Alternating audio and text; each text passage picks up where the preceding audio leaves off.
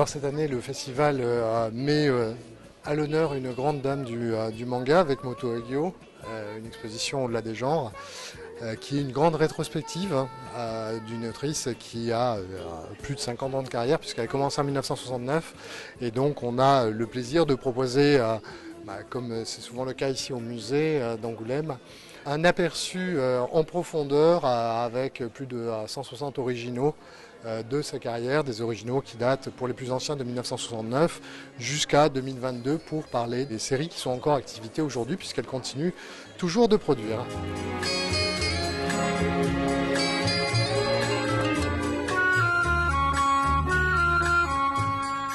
Moto Hagio commence sa carrière en 1969 et c'est un moment qui est marqué par une révolution au niveau du manga dans le sens où le manga est en train de se développer, le Japon bascule dans une société de consommation et donc il y a une sorte d'appel d'air, c'est-à-dire que la production destinée aux filles est jusque-là largement dominée par des auteurs hommes et il y a beaucoup de jeunes femmes qui vont se proposer à arriver. Moto Hagio fait partie de ces jeunes autrices qui arrivent, qui font leur début.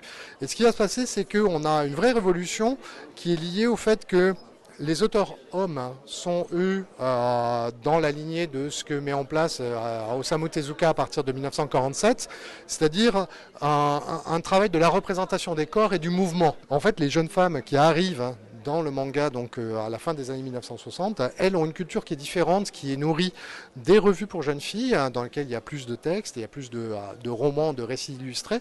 Et ces récits illustrés se caractérisent par des textes qui décrivent l'action et à côté des images qui vont être plutôt le reflet des états psychologiques des personnages.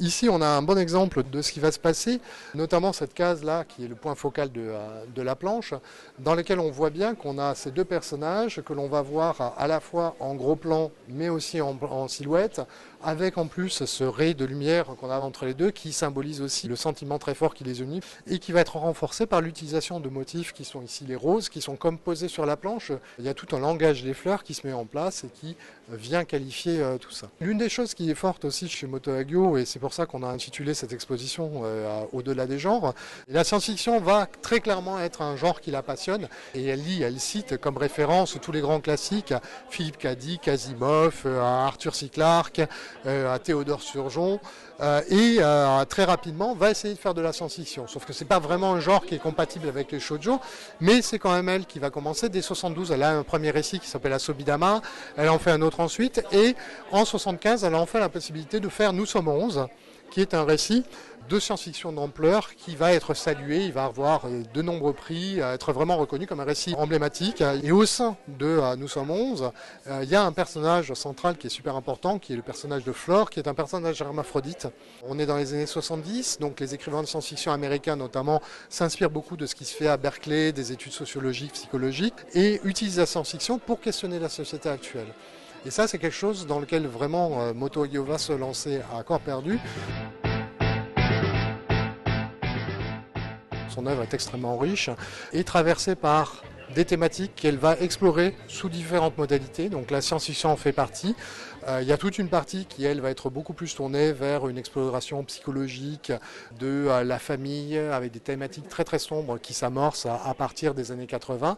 Cette œuvre-là, on l'a traduit, nous, par Sous la domination d'un Dieu impitoyable. Le personnage de Jérémie, qui est violé à répétition par son beau-père, considère le suicide et ensuite une reconstruction lente, la tentative d'essayer de survivre à ce traumatisme, contrairement à certaines choses qu'on peut voir sur le Boys Love par exemple, dans lesquelles on a des relations entre garçons qui peuvent parfois être un petit peu forcées mais qui se terminent bien parce que finalement tout le monde s'aime.